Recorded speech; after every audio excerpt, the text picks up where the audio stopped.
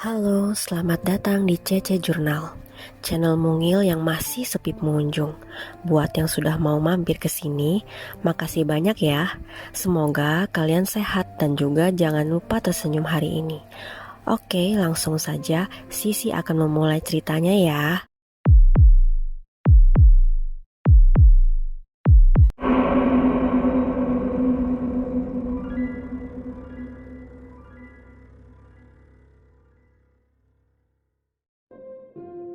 Ponsel kedua impostor terus ramai dari beberapa menit yang lalu.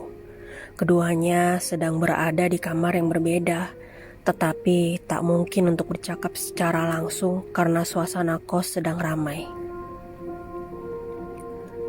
Gue sebenarnya udah gak tahan pengen ngerjain tuh anak. Tahanlah, baru juga kemarin lu ngabisin orang. Lu lupa apa tujuan gue pindah ke kos ini? Iya gue inget, tapi sabar napa. Gue gak bakal ngabisin dia. Gue cuma pengen ngerjain dia doang. Gimana caranya? Gue ada ide. Sang impostor satu atau dalang dan otak dibalik seluruh rentetan hal-hal keji sedang menyusun strategi. Korbannya kali ini adalah teman satu kos atau salah satu dari 407 squad. Namun rencananya bukanlah untuk menghabisi nyawa dari orang tersebut, melainkan hanya untuk bermain-main saja, memberi peringatan kepada orang tersebut bahwa hidupnya tak lebih aman dari Dimas atau Mahesa. Seringai menyeramkan kembali tercetak di wajahnya. Sore ini lu bakalan tahu. Lagi nonton apa bang? Tanya Juna yang baru saja keluar dari kamarnya. Dilihatnya Jeviro sedang fokus menonton sebuah series di TV. Nonton Money Heist Jun? Jeviro menunjuk TV dengan dagunya.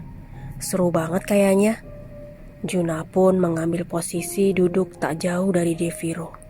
Kemudian mulai menikmati cemilan yang ada di hadapan mereka. Ikut menonton series yang sedang ditayangkan layar datar di hadapannya. Jeviro dan Juna tercengang saat mendengar suara teriakan disusul benda berat jatuh dengan cukup keras. Suara itu berasal dari kamar satu atau kamar Tara. Suara apa tuh? Tak hanya Jeviro dan Juna, bahkan Yusuf yang sedang merebus mie di dapur ikut panik menuju ke arah kamar Tara. Suaranya dari kamar Bang Tara. Jeviro langsung berlari menuju kamar Tara. Bang Tara. Tangan Jeviro mengetuk pintu kamar Tara. Bang. Juna juga ikut menggedor pintu kamar Tara. Tara. Yusuf berteriak memanggil teman sebayanya. Bang Tara, buka bang. Tara, buka pintu kamar lu. Mendengar teriakan di depan kamar nomor 1, Johan sontak keluar dari kamar. Ada apaan? Tanya Johan. Tadi Bang Tara teriak, terus ada suara jatuh, jawab Jeviro. Pintunya dikunci ya? Johan kembali bertanya. Iya dikunci bang. Tara. Yusuf kembali menggedor pintu kamar Tara sembari berteriak memanggil pemilik kamar nomor 1. Kita dobrak aja pintunya. Johan memberi usulan. Tubuhnya memang yang paling tinggi dan kekar jika dibandingkan yang lainnya. Kemudian tanpa aba-aba lagi, Johan pun mendobrak pintu kamar Tara. Sedikit meringis karena ternyata cukup susah. Setelah percobaan yang ketiga kali, pintu kamar 1 pun terbuka. Johan tak peduli meski biaya kosnya bulan ini akan sedikit bertambah karena harus membayar kerusakan pintu. Setelah pintu terbuka, para lelaki itu terkejut melihat Tara yang tergeletak di atas lantai. Kondisi wajahnya pun lebam di bagian kanan, serta darah yang mengalir dari sudut bibir. Bang Tara, bang! Jeviro langsung menepuk-nepuk pipi Tara. Mata mereka semua melihat ke arah jendela kamar Tara yang terbuka lebar. Sepertinya baru saja ada yang keluar dan masuk melalui jendela. Mengingat Tara biasanya tidak pernah membuka jendela selebar itu. Ini kenapa ada tongkat baseball? Mata Jeviro pun menyadari ada sebuah benda asing yang sebelumnya tak ada di kamar Tara. Tongkat baseball itu tergeletak di atas lantai, tak jauh dari jendela. Kayaknya ada yang baru aja masuk kamar Tara. Johan memberi kesimpulan. Bang Tara, Ra, bangun Ra. Yusuf menepuk-nepuk pipi Tara. Jeviro menyeka darah yang mengalir dari sudut bibir Tara. Sepertinya pukulan yang dilayangkan pada wajah Tara cukup keras sampai sudut bibirnya robek. Tak berapa lama kemudian, pria berwajah manis itu membuka matanya. Mulutnya meringis menahan nyeri yang berasal dari belakang kepalanya serta bagian wajahnya. Tara memegangi kepalanya. Bang, ini minum dulu. Jeviro membantu Tara untuk duduk. Kemudian ia memberi Tara segelas air putih. Pemuda berwajah manis itu meneguk sedikit air putih yang diberikan oleh Jeviro. Ra, gimana kejadiannya?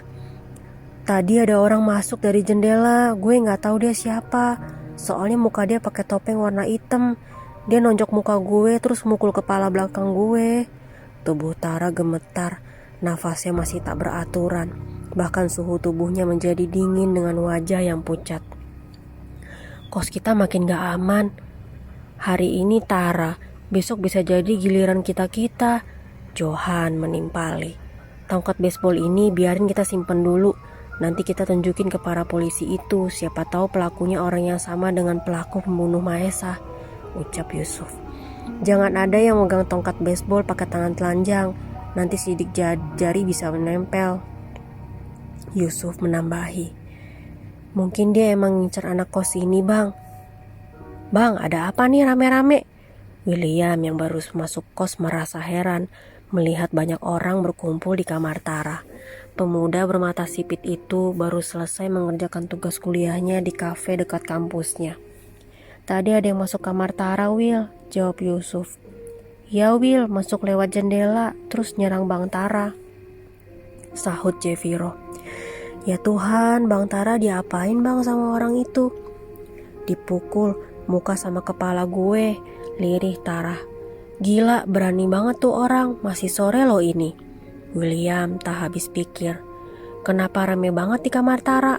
Tak berapa lama kemudian, Tian yang baru pulang dari kantornya merasa heran melihat kamar satu sangat ramai. Ada yang nyerang Tara Bang, tapi sekarang Tara udah diobatin sama Jeviro.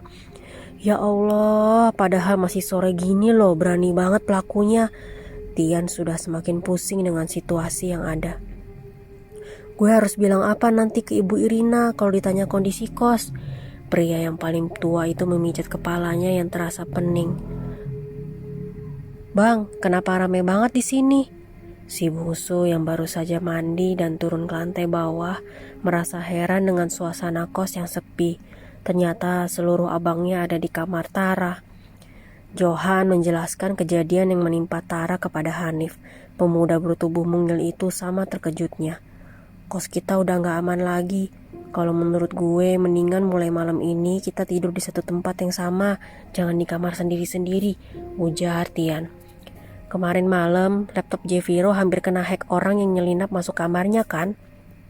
Johan kembali mengingatkan Jeviro tentang kejadian yang menimpanya kemarin malam. Jika saja saat itu ia tidak cepat menyadari keanehan pada laptopnya, mungkin kini sang pelaku sudah bebas meretas seluruh isi laptop Jeviro. Menurut gue, kita emang harus bareng-bareng. Kalau masuk kamar harus ekstra hati-hati. Apa jangan-jangan pelakunya emang salah satu dari kita? Pertanyaan Juna sontak membuat semua mata menoleh ke arahnya. Kalian inget gak sama apa yang dibilang Pasaka? Lanjut Juna. Jangan asal nuduh gitu Jun, lu mau ngerusak persahabatan kita ya? Gak gitu Bang, pelakunya bisa keluar masuk kos kita dengan mudah. Pas Mahesa juga, dia bisa buka pintu depan yang ada passwordnya kan? Mendingan ngaku aja deh sekarang siapa pelakunya. Ucapan Juna baru saja dihadiahi cengkraman yang cukup keras dari William. Pemuda bermata sipit itu mencengkram kerabat Juna. Kenapa Bang? Lu ngerasa? Bukannya takut, Juna justru seolah menantang William. Pandangannya nyalang, bukan seperti Juna yang biasanya. Juna yang mereka kenal yang biasanya menunjukkan raut wajah lucu dan jenaka. Jaga ucapan lu Arjuna, Jangan bikin suasana jadi keruh, William berteriak di depan wajah Juna. Jangan ribut gini dong, Arjuna, mendingan lu diem deh. Selagi belum ada bukti-bukti lain kita gak bisa asal nuduh. Johan menengahi Juna dan William yang hampir saja baku hantam. William melepas cengkraman tangannya. Suasananya lagi gak beres, jangan ditambah makin runyam gini deh, ucap Tian dengan suara yang tegas. Kenapa lu malah mukul Tara? Tara kan abang kesayangannya si itu. Tapi Tara gak punya salah apa-apa sama kita. Lu gak usah banyak protes. Tapi lu juga jangan kelewatan, bisa bahaya. Kalau gue bunuh Tara, baru gue kelewatan. Mending lu diem, jangan ngatur-ngatur gue. Terus kenapa tongkat baseball lu pakai ketinggalan segala? Di tongkat baseball itu gak ada sidik jari gue, jadi tenang aja lu. Gue cuma mau peringatin ke mereka buat siap-siap, karena bisa aja yang lain jadi target kita selanjutnya. Sore hari yang sempat diwarnai oleh kericuhan, kini telah berganti menjadi malam yang pekat. Di luar, hujan turun dengan derasnya, disertai kilat yang menyambar dan suara petir yang menggelegar. Hujan yang sudah berlangsung dari pukul 7 malam masih belum menunjukkan tanda-tanda reda, meski sudah berlalu selama kurang lebih 4 jam. Kedelapan pemuda itu berkumpul di ruang utama. Juna dan William yang sempat bersih tegang sore tadi masih tetap tidak saling bertegur sapa. Sesuai dengan kesepakatan, mulai malam ini mereka tidur di ruang utama. Kamar bukan lagi tempat yang aman untuk berlindung. Waktu sudah menunjukkan pukul 11 malam.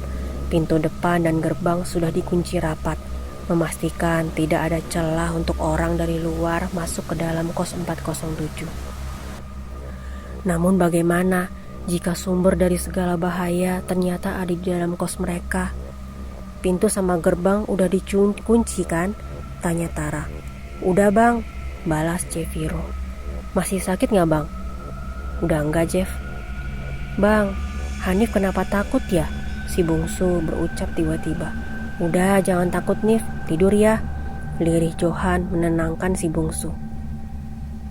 Kalian pikir tidur bareng-bareng gini aman? Siap-siap aja, gumam seseorang dalam hatinya.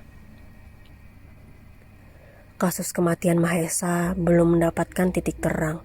Sementara itu, para polisi kembali mendapatkan laporan adanya kasus baru pada kos nomor 407. Kemarin ada yang lapor ke saya kalau ada kasus penyerangan di kos nomor 407, ucap Chandra di hadapan ketiga rekannya. Siapa korbannya kali ini? Korbannya adalah Taraya Gamaliel.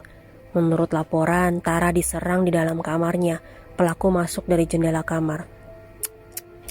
Semakin rumit, gumam Saka. Bagaimana kronologisnya? Tanya Carlos. Tentang kronologisnya, lebih baik kita tanyakan langsung kepada mereka. Kasus yang belum lama ada titik terang, sudah ada kasus baru. Carlos memijat keningnya. Kapan kita akan interogasi para pemuda itu lagi? Tanya Dion. Siang ini juga, Chandra memberi keputusan. Saya akan menelpon mereka terlebih dahulu untuk memastikan ada di tempat. Saka sudah bersiap dengan ponselnya. Saat kita nanti di kos 407, kita harus lihat-lihat sekitar. Kita juga harus perhatikan satu persatu para anak kos, karena saya yakin kalau pelakunya ada salah satu dari mereka. Bisa aja lebih dari satu orang. Sesuai dengan yang sudah dijadwalkan, siang ini akan dimulai investigasi tentang penyerangan yang dilakukan kepada Tara pada sore hari kemarin.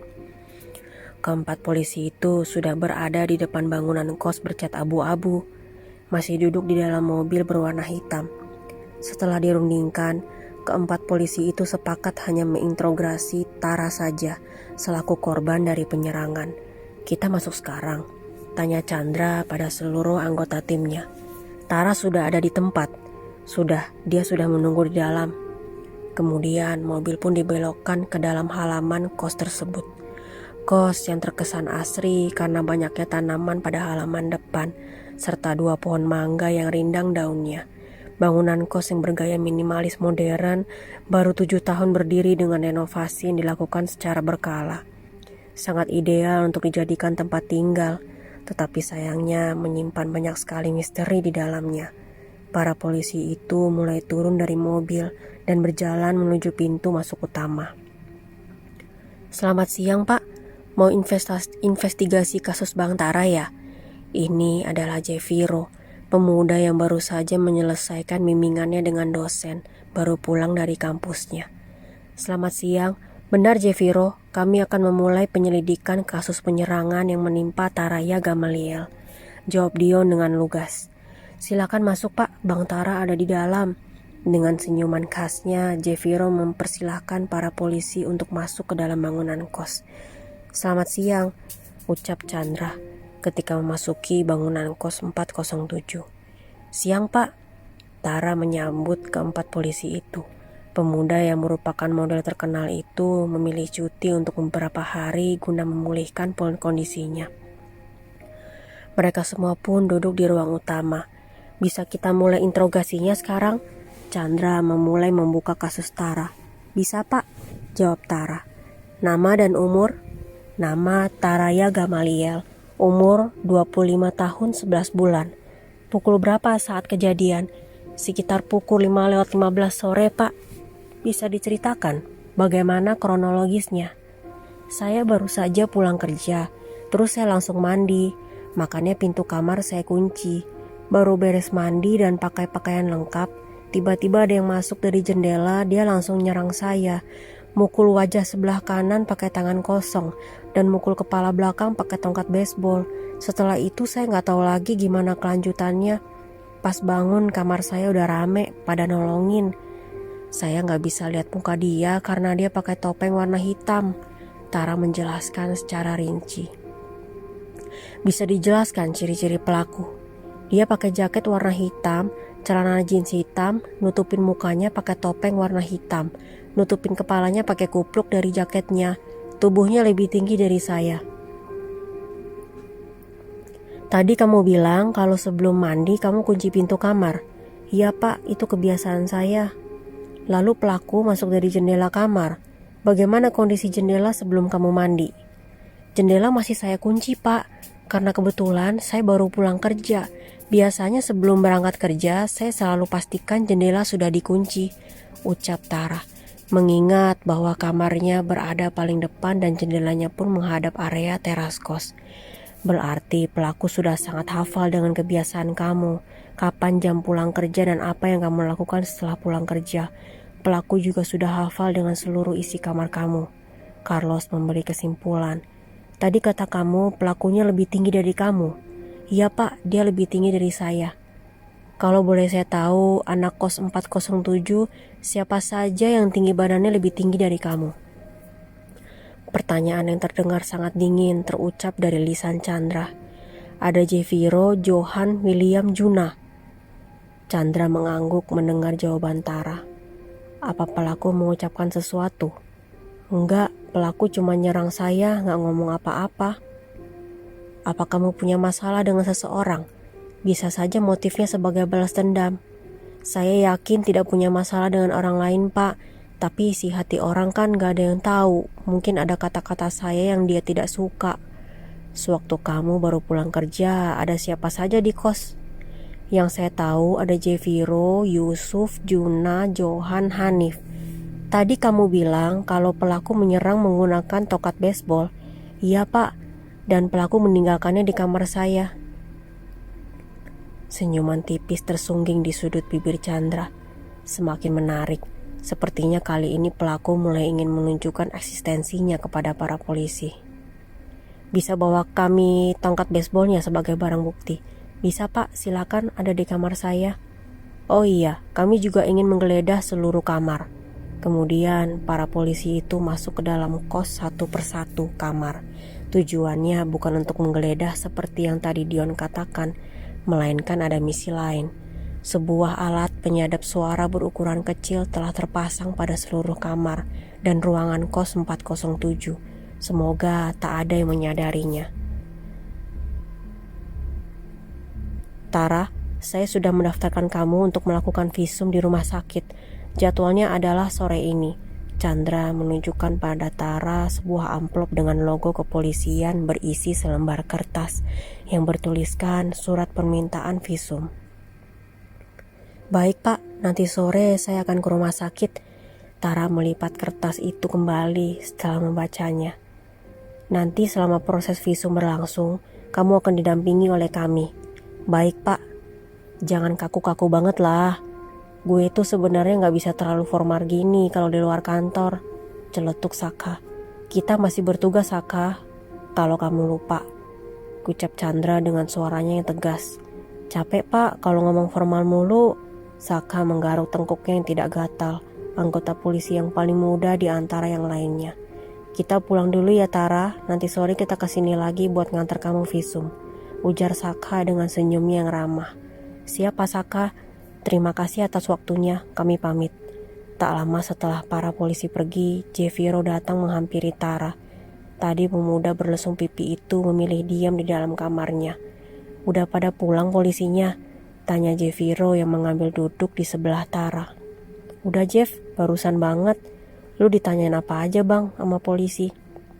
"Banyak Jeff.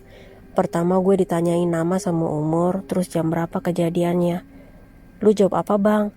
"Ya gue jawab, nama Taraya Gamaliel, umur 25 tahun 11 bulan, kejadian sekitar jam 5:15 sore." Jeviro menyimak setiap kalimat yang terucap dari Tara. "Lu jelasin semua kan sama para polisi itu?" "Iya, gue jelasin semua. Terus ntar sore gue disuruh ke rumah sakit buat visum." Tara mengeluarkan amplop kepolisian yang berisi surat permintaan visum. "Gue sih cuma berharap kasus yang menimpa lo cepat selesai bang. Pelaku cepat ketemu, karena bisa aja yang lainnya bakalan kena setelah ini." Semenjak kejadian yang menimpa Dimas dan Mahesa, para 407 Squad memang merasa bahwa hidup mereka tidak aman. Ditambah lagi dengan adanya kejadian penyerangan yang menimpa Tara. Pelaku belum ditemukan, masih berkeliaran dengan bebas. Bahkan belum tahu siapa dalang dibalik semua kerusuhan. "Tadi polisi abis interogasi Tara." "Iya gue tahu." "Lu tahu dari mana?" "Mata-mata gue banyak." "Oh iya gue lupa. Tadi polisi juga masang alat penyadap suara." "Serius?" "Iya, ada di tiap kamar, di tiap ruangan kos." "Lu kok bisa tahu?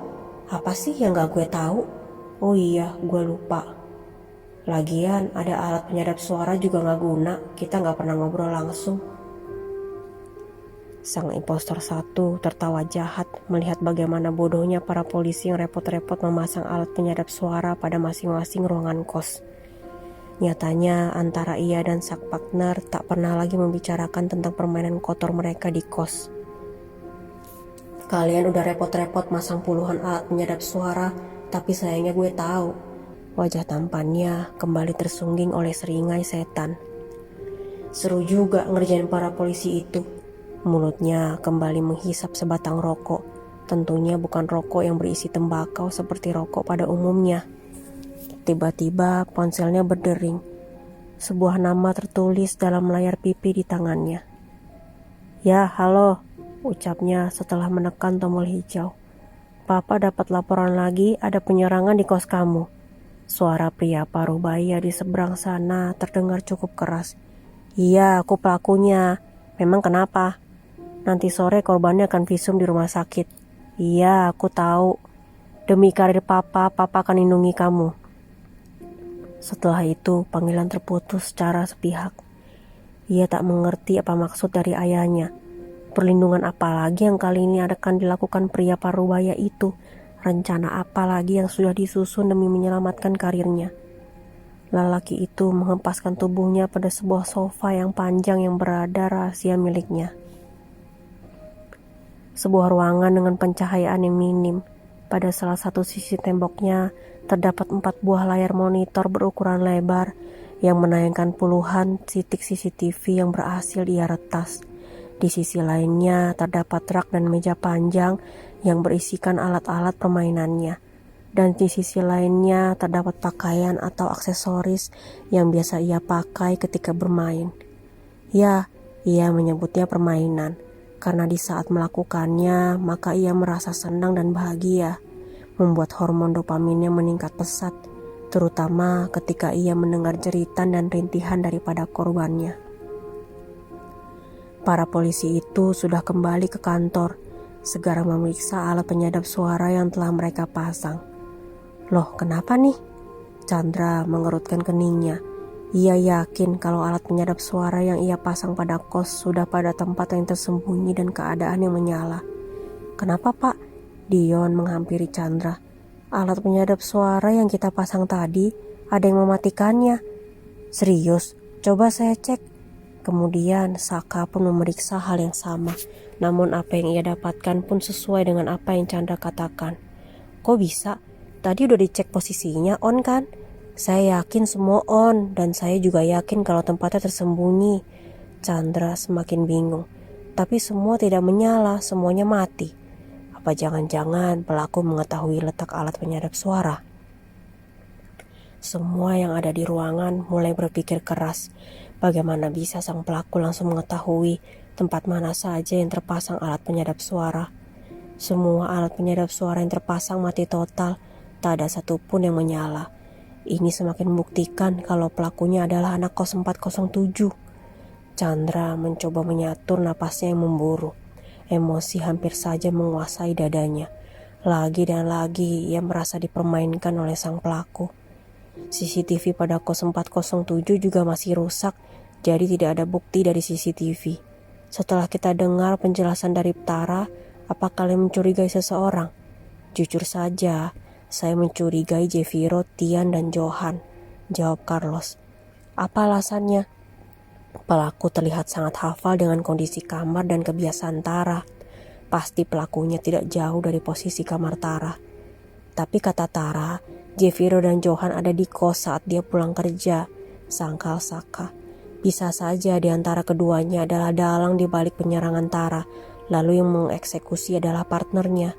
Tapi kalau saya curiga ke William. Kenapa William? Dia ada di luar saat kejadian dan tinggi badannya lebih tinggi dari Tara. Penjelasan dari Dion cukup membuat semuanya berpikir keras. Tongkat baseball yang jadi barang bukti tidak ditemukan adanya sidik jari. Saya yakin pelakunya sangat profesional. Pasti pelaku yang sama dengan pembunuhan Maesa. Nanti sore Tara akan melakukan visum. Kita tunggu hasil visumnya nanti untuk mendapatkan banyak bukti-bukti lainnya. Ruang utama memang selalu ramai seperti biasanya. Johan, Juna, dan Hanif sedang mabar game. Yusuf dan Jeviro yang asik dengan tayangan Netflix. Sementara Tian, Tara, dan William masih berada di luar kos. Tara belum pulang dari rumah sakit. William izin menginap di kos teman. Sementara Tian katanya ada perlu dengan teman kantornya. Malam ini sama seperti malam yang sebelumnya. Mereka tidur bersama di ruang utama, membiarkan 10 kamar lainnya kosong. Mungkin ditempati sementara oleh para makhluk astral penghuni kos 407. Tak lama kemudian, ponsel mereka berdering dengan serempak. Sebuah pesan masuk di grup chat 407 Squad yang dikirim oleh Tian. Namun karena ponsel Johan, Juna dan Hanif sedang sibuk dengan game. Mereka bertiga tidak bisa untuk segera membuka room chat. Ada yang mau nitip gak? Makanan? Guys, kata Bang Tian, mau nitip makanan apa nih? Tanya Jeviro yang membuka ponselnya. Gue nasgor Bang Yuda dong Jeff. Yang pedes ya, ucap Johan menengok sekilas ke arah Jeviro. Hanif juga dong Bang Jeff, jangan terlalu pedas, sahut si bungkusu. Gue juga bang, yang pedes. Juna menimpali. Kalau lu apa bang? Tanya Jeviro kepada Yusuf. Gue nitip nasi padang Jeff, lauk gulai tunjang sama perkedel ya. Ini Yusuf. Oke. Kemudian Jeviro pun mengetik pesan untuk ia kirimkan ke Tian. Gue juga lagi kepengen naspat bang. Jeviro terkekeh. Bang Yan, nitip naskor Bang Yuda 3, 2 pedas, 1 sedang aja. Terus naspat 2, 1 lauk gulai tunjang sama perkedel. Yang 1 lagi rendang sama paru goreng ya. Oke. Ngomong-ngomong, Bang Tara lama juga ya pemeriksaan visumnya, gumam Juna. sedangkan matanya masih menatap ke arah layar ponsel dan jarinya masih sibuk dengan game. Pasti gak cuma sebentar sih Jun, semuanya dicek. Kan buat keperluan penyelidikan juga, jadi mesti teliti. Yusuf membalas. Waduh, Bang, HP Hanif mau lowbat nih. Si bungsu mulai panik karena ponselnya menunjukkan peringatan habis baterai. Lu ambil charger sana sebelum mati total.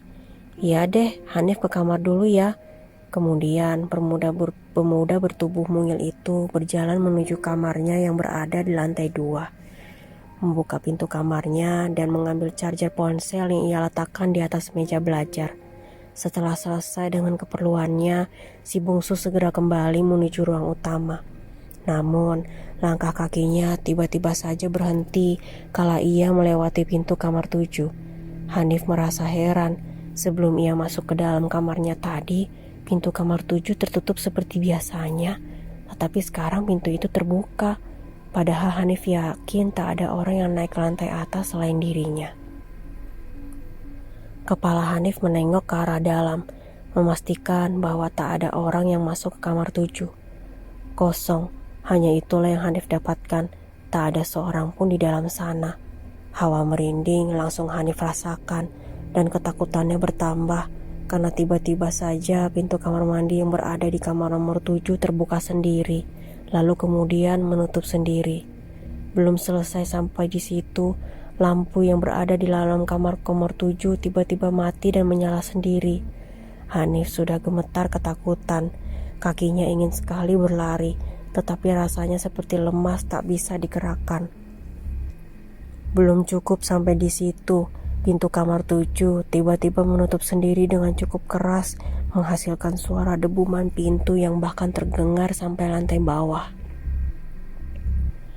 Tubuh Hanif menegang, semua terjadi di depan mata kepalanya sendiri. Ia sangat yakin tak ada orang di dalam sana, benar-benar kosong. Hanif, panggil Yusuf dari bawah, karena semua terkejut ketika mendengar suara debuman pintu yang cukup keras. Bang! Dengan sekuat tenaga, Hanif berlari menuju lantai bawah. Kakinya lemas seolah tidak bertenaga. Nif, kenapa? Jeviro merasa heran melihat Hanif yang terlihat ketakutan. Kamar 7 bang. Hanif masih mengatur napasnya. Kamar 7 kenapa Nif? Tanya Johan. Ia sudah merasakan perasaan yang tidak enak. Tadi pas Hanif naik kamar 7, pintunya nutup. Pas Hanif mau turun, pintu kamar 7 ngebuka. Gak ada siapa-siapa bang. Terus pintu kamar mandinya buka tertutup sendiri. Habis itu pintu kamar 7 nutup sendiri dan kenceng banget. Hanif sudah mulai menangis. Kejadian seperti ini memang bukan kali pertama, tetapi selalu saja membuat ia ketakutan setengah mati. Suara pintu yang tadi itu? Iya bang, kalian juga denger kan? Denger Nif, suaranya kenceng banget. Gua kirain lo yang nutup pintu. Semua yang ada di ruang utama pun saling pandang. Atmosfer ruangan yang semula hangat pun berubah menjadi dingin.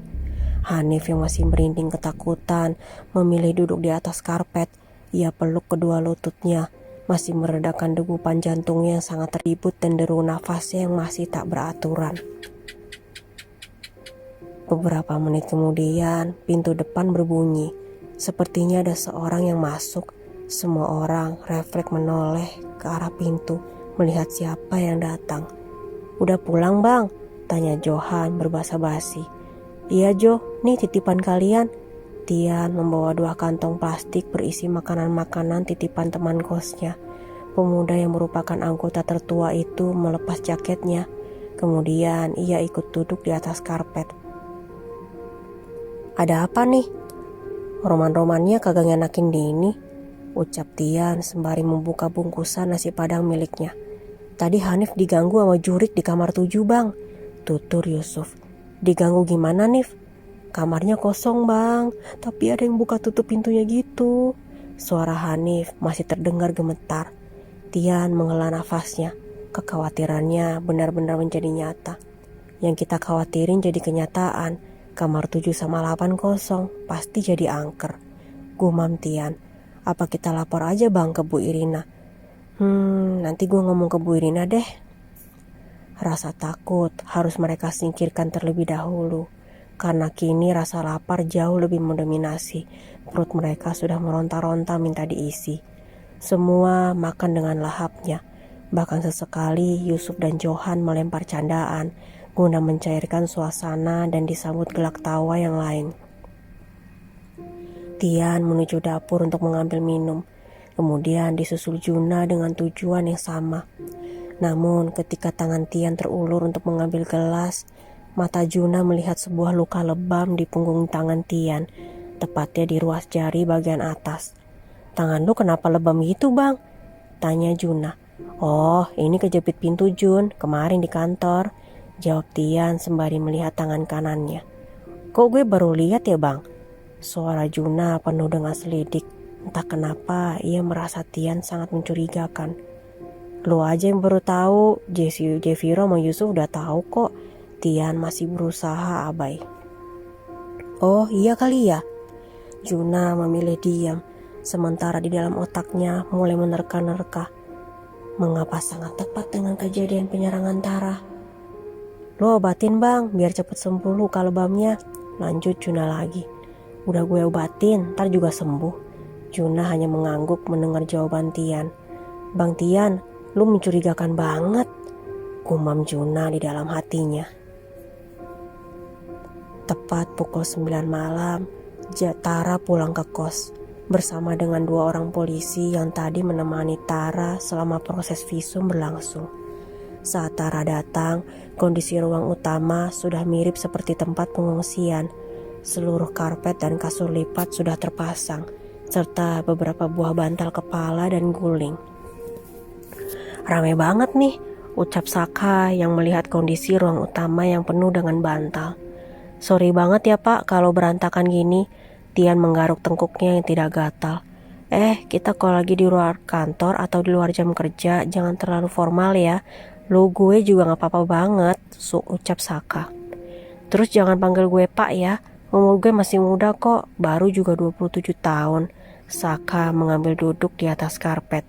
"Sumuran dong sama saya," sahut Tian.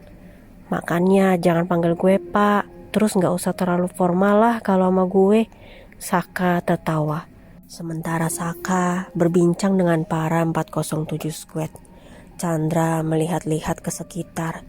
Ia ingin memastikan lagi tentang alat penyadap suara yang tadi siang ia pasang. Tak ada. Chandra tak menemukannya di tempat semula. Padahal ia sangat yakin kalau alat kecil berwarna hitam sudah ia pasang di titik yang tersembunyi.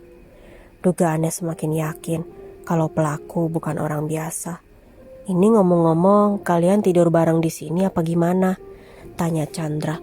Polisi berusia 30 tahun itu mengambil duduk di sebelah Saka. "Iya Pak, setelah kejadian penyerangan Bang Tara, kita sepakat buat tidur bareng di ruang utama ini," jawab Yusuf. "Ide siapa kalau boleh tahu?" "Ide saya Pak," Tian menunjuk dirinya sendiri. Oke. Ngomong-ngomong, ada yang kalian curigain gak sebagai pelakunya?" Chandra kembali menanyakan hal yang sama. "Maksud Pak Chandra salah satu anak kos ini pelakunya," tebak Jeviro. "Bisa jadi, berdasarkan beberapa bukti dan teori yang kita dapatkan." "Ada yang saya curigain Pak," ucap Juna, membuat yang lain langsung menoleh ke arahnya. "Siapa yang kamu curigain?" tanya Saka. "Salah satu anak kos ini Pak, kelihatan mencurigakan banget." Pemuda bermata bulat itu menyunggingkan seringai tipis. "Tapi saya gak bisa ngasih tahu siapa orangnya. Biar polisi aja yang ngungkap siapa pelakunya." "Dari kemarin gua lihat kayaknya lu nuduh-nuduh kita melulu, Jun," sahut Jeviro. Alisnya sudah saling bertaut. "Apa gue salah Bang? Kan para polisi juga nanya kayak gitu," balas Juna. "Lagian gue gak nyebut nama kan. Gue curiga sama salah satu dari kalian, tapi gue gak bakal ngasih tahu siapa orangnya." Juna kembali melanjutkan. Udah, jangan mulai lagi deh." Tara berusaha menengahi Juna dan Jeviro yang terlihat mulai memanas. "Ini udah pada pulang semua apa masih ada yang di luar?" "William gak pulang Pak, katanya mau nginep di kos teman." "Selain William berarti udah di kos semua?" "Udah Pak, semua udah pada balik." "Kalian tidur bareng gini maksudnya biar aman?" Saka kembali bertanya. Iya kak, karena di kamar udah gak aman. Ini Johan. Karena kejadian Tara ya. Selain kejadian Tara, sehari sebelumnya laptop Jeviro juga sempat hampir dihack sama orang yang nyelinap masuk kamarnya, jawab Yusuf. Kos kalian kan udah gak aman nih. Kenapa kamera CCTV di depan belum juga dibenerin? Dari kasusnya Tara juga kita gak dapetin bukti dari rekaman CCTV. Kamera CCTV yang depan udah gak bisa diselamatkan lagi Kak Saka. Kata Bu Irina mau ganti yang baru, mungkin besok atau lusa. Kita bakalan aman-aman aja kan Kak? Hanif mulai membuka suara. Kita berusaha buat jaga kalian sebisa kita. Kita juga berusaha buat ngungkap siapa dalang di balik semua kerusuhan. Kalau ada apa-apa, kalian jangan ragu buat hubungin kita ya. Siap Kak. Berhubung ini udah malam, kita mau balik ya. Kalian jaga diri masing-masing. Ngomong-ngomong, kalau kalian tidur bareng gini, berharap aman, gimana kalau ternyata pelakunya adalah salah satu dari kalian sendiri? Mulut pedas Saka kembali berucap.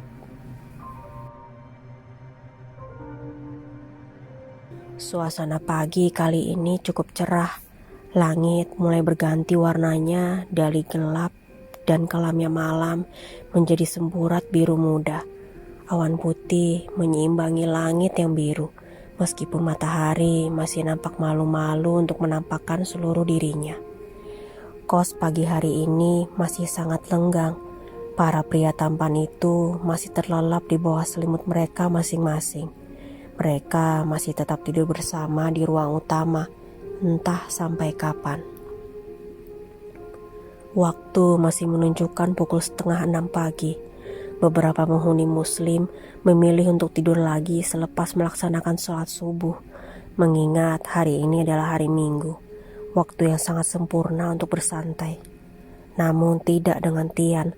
Pemuda itu memilih untuk mencuci pakaiannya, karena biasanya mesin cuci akan sangat mengantri di hari Minggu, maka Tian mengambil start lebih dulu.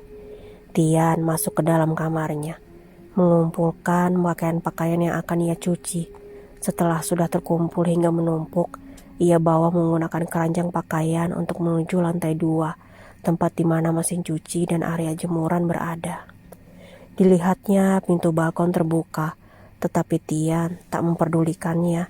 Ia lebih memilih untuk melanjutkan niat awalnya ke tempat cucian. Pikirnya mungkin Yusuf atau Hanif yang membukanya selepas sholat subuh tadi. Tangan Tian membuka pintu tempat cucian. Ternyata sudah ada William di sana, berdiri di tempat jemuran. Posisi tubuh William membelakangi Tian, tetapi Tian sangat hafal dengan perawakan dari tiap-tiap anak kos di sini. William mempunyai tinggi tubuh yang tidak lebih tinggi dari Johan, tetapi sepadan dengan Jeviro dan Juna. Dan tubuh William lebih tinggi dari dirinya. Tinggi William 183 cm, dengan rambut bergaya koma hair berwarna hitam. Yang membuat Tian semakin yakin kalau itu William adalah baju yang dipakainya sama persis dengan yang biasa dipakai ketika di kos, serta wangi parfum milik William yang menguar bahkan tercium dari pintu masuk tempat cucian. Will, pulang jam berapa tadi? Gue kirain lu balik ke kos agak siangan. Tian menaruh keranjang baju kotornya di depan mesin cuci. Semalam, William izin menginap di tempat kos temannya. Katanya ada banyak tugas laporan yang belum selesai. Yang dipanggil tidak menggubris, hanya diam, bahkan tak menoleh sedikit pun. Tian masih terus melanjutkan tujuannya. Ia masukkan seluruh pakaian kotorannya ke dalam mesin cuci, menuang deterjen cair, kemudian mesin cuci dinyalakan. Pemuda itu tinggal menunggu sampai mesin cuci itu menyelesaikan tugasnya hingga pakaian Tian nanti setengah kering. Tadi lu ya yang buka pintu balkon? Tanya Tian lagi, tetapi yang diajak bicara tetap bergeming di tempatnya. Gue turun duluan ya Will. Tian menggeleng-gelengkan kepalanya, merasa aneh kepada William yang terus mendiamkannya. Entah apa salahnya, mungkin William memang sedang tidak ingin diganggu. Tian memilih turun untuk ke lantai bawah terlebih dahulu. Kerongkongannya kering, segelas air putih sangat sempurna untuk membuatnya basah kembali. Selesai menenggak air putih, telinga Tian mendengar suara bel pintu depan berbunyi. Segera saja ia berjalan untuk membukakan pintu. Siapa yang datang pagi-pagi ini? Gumamnya. Bel pintu kembali berbunyi, membuat Tian semakin mempercepat langkahnya. Iya bentar, ucapnya dengan keras. Setelah memutar kunci, pintu pun ia buka. Mata Tian langsung membola ketika melihat siapa yang berdiri di depan pintu. Will, kok lu udah di sini? Tian sangat bingung dengan yang ada di depan matanya. Ia sangat yakin kalau yang dilihatnya di tempat jemuran adalah William. Lalu mengapa sekarang William justru berdiri di depan pintu? Maksud lu apa, Bang? William sangat heran dengan tingkah Tian, terlebih dengan apa yang Tian ucapkan tadi. Bukannya lu udah balik dari tadi? Tanya Tian yang masih tidak percaya dengan apa yang ia lihat. Balik gimana maksud lu, Bang? William terheran dengan Tian, terlebih lagi ekspresi Tian ketika melihatnya seperti melihat hantu. Tadi gue lihat lu di tempat jemuran, Will. Suara Tian terdengar gemetar. Bang, gue masuk dulu ya, di luar dingin. William melewati Tian yang masih mematung di tempatnya. Ia buru-buru masuk karena tadi mengendarai motor sehingga udara pagi yang dingin menerpa tubuhnya. Tadi gue lihat lu di tempat jemuran. Tian kembali mengulang ucapannya. Tempat jemuran gimana dah, Bang? Orang gue baru banget pulang nih. William menaruh tas ransel dan melepas jaketnya. Pemuda bermata sipit itu juga menaruh 2 buah kantong kresek hitam di atas meja makan. Sumpah Will, tadi gue lihat lu di jemuran. Tian mulai merasakan bulu kuduknya meremang. Bajunya juga sama Will, kayak yang sering lu pakai kalau di kos. Ucapan Tian masih sulit dicerna akal sehatnya. Tetapi William sangat tahu apa yang dimaksud oleh Tian. Ada sosok lain yang menyerupai dirinya yang Tian temui di tempat jemuran. Lu jangan bercanda Bang Yan. Sumpah Will, sampai wangi parfumnya aja persis banget kayak yang sering lu pakai. Tapi pas gue panggil-panggil, gue ajak ngobrol tuh diam aja Will. Gue kirain lu ada masalah sama gue. Sambung Tian lagi. Gue beneran baru pulang banget ini Bang. Lu lihat sendiri kan nih, tadi juga lu yang bukain pintu. Kalau bukan lu berarti yang di jemuran tadi siapa dong Will? Baik William maupun Tian, keduanya semakin merinding. Gue jadi merinding Will, mana tadi gue ajakin ngobrol. Tian mengambil duduk, sekujur tubuhnya merinding. Tak menyangka bahwa minggu paginya akan diwarnai dengan penampakan hantu di area jemuran. Mungkin gara-gara lu masih ngantuk tadi Bang. Udah nih, daripada takut gue bawain sarapan buat semuanya. Nasi uduk Mbak Lina, sama gorengannya juga banyak nih. William membuka kantong kresek hitam yang tadi ia bawa, berisikan nasi uduk dan gorengan yang masih hangat. Gue heran banget sama juriknya 407, kenapa kagak ada hari liburnya? Tiap hari ada aja ulahnya. Tian masih mengerutu. Semalam lu nginep di mana Will? Tanya Tian. Di kosnya Devano Bang, belakang kampus, yang bangunan kosnya cat warna biru paling mentereng itu loh. Sahut William dari arah dapur, karena sekarang ia tengah menyeduh teh. Nih Bang, ngeteh dulu, biar adem lagi. Pemuda bermata sipit itu menuangkan teh ke dalam 2 buah cangkir kosong. Satu untuk dirinya dan yang satu lagi untuk Tian. Thanks banget Will. Kemudian Tian pun meminum teh hangat buatan William. Enak banget tehnya Will, ucap Tian setelah menyeruput teh. Jelaslah, ini buatan bunda, khusus pokoknya. William tersenyum sumringah. Mantap banget lah pokoknya. Tian masih terus memuji teh buatan William, karena baru kali ini ia menikmati teh seenak ini. Yang lain kelihatan pules banget tidurnya, ucap William. Keduanya kini tengah duduk di kursi meja makan yang letaknya di dapur. Ruang utama dan dapur bersebelahan, hanya disekat menggunakan partisi. Semalam pada nonton bola sampai jam 2 pagi, sahut Tian. Gue semalam kagak nonton Bang, ketiduran jam 1 malam, udah capek banget sama tugas. William menghela nafasnya. Sebagai mahasiswa kedokteran gigi, ia memang lebih sibuk karena tugas yang tak pernah ada habisnya. Setelah perbincangan pagi dengan Tian sembari meminum teh hangat, William beranjak menuju kamarnya. Ia belum membersihkan tubuhnya. Satu persatu penghuni kos 407 pun bangun. Perut-perut mereka sudah lapar minta diisi. Ada nasi uduk nih, dibawain sama William tadi, ucap Tian kepada seluruh 407 squad yang bangun. Sementara itu, Hanif masih duduk di tempat tidurnya, masih mengumpulkan nyawanya. Bang Wil udah pulang? Tanya Juna, karena ketika ia tidur tadi samar-samar mendengar suara William. Udah dari tadi Jun. Juna hanya mengangguk mendengar jawaban Tian. Ini pasti nasi uduk Mbak Lina ya? Jeviro menebak sesaat setelah ia membuka sebungkus nasi uduk. Iya, nasi uduk Mbak Lina, dibawain sama William tadi. Kalian mandi dulu dah sana, masih pada iliran gitu. Tian menggerakkan tangannya dengan gerakan mengusir. Iya dah. Jeviro langsung berjalan menuju kamarnya. Perutnya sudah sangat lapar, tetapi jika ingin menikmati nasi uduk, maka ia harus mandi terlebih dahulu. Jika tidak, pasti Tian akan mengomel. Setelah selesai dengan sarapan pagi, Tara meminta Jeviro untuk mengantarnya ke sebuah minimarket. Tara sengaja memilih yang agak jauh dari kos. Minimarket hanyalah alasan saja. Sebenarnya ia ingin melepas penat yang ada di kepalanya. Kedua lelaki itu duduk di dalam mobil, mengendarai mobil milik Tara dengan Jeviro yang bertugas sebagai pengemudinya. Suasana minggu pagi sangat cerah. Di jalanan mulai ramai orang-orang yang berlalu lalang. Mobil berwarna putih itu membelah jalanan ramai Jakarta, menggilas aspal dengan kecepatan yang sedang. Di dalam mobil, Tara dan Jeviro sama-sama terdiam, tak ada yang memulai obrolan. Keduanya sama-sama larut dengan pikiran masing-masing. Suasana tak begitu sunyi karena pemutar musik yang terpasang di dashboard mobil mengalunkan sebuah lagu yang dipilih oleh Jeviro. Minimarket yang di mana bang? Tanya Jeviro.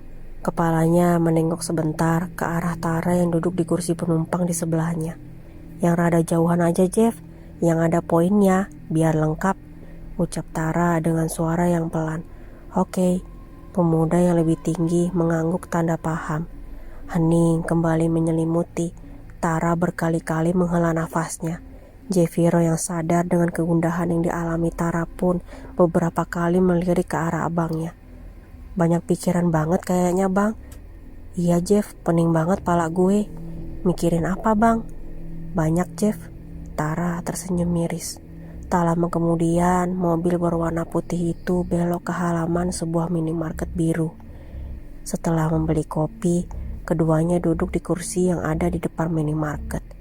Jeviro memilih kopi latte dan Tara memilih cappuccino. Gue kepikiran terus sama orang yang nyerang gue kemarin lusa Jeff, lirih Tara. Jeviro tidak menjawab ucapan Tara, tapi ia memfokuskan dirinya untuk menerima kalimat-kalimat Tara selanjutnya. Lu curiga ke siapa Jeff? Tanya Tara lagi. Ada sih bang yang gue curigain. Siapa? Jujur aja, gue curiga ke Bang Tian, William, sama Juna bang.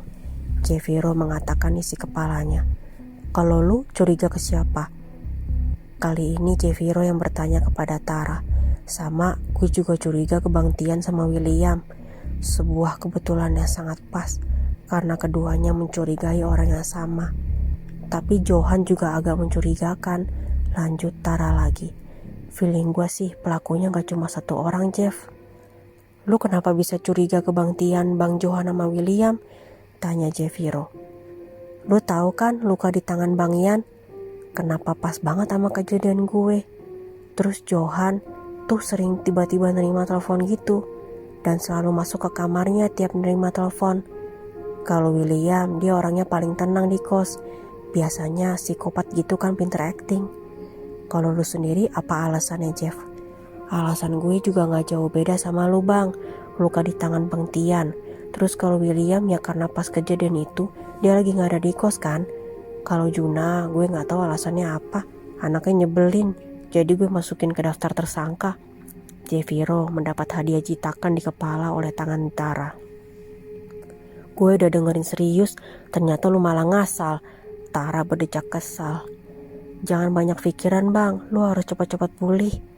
Benar-benar harus waspada sih bang, pasti yang lain bakal jadi target selanjutnya. Atau kemungkinan buruknya kita lagi yang jadi target mereka.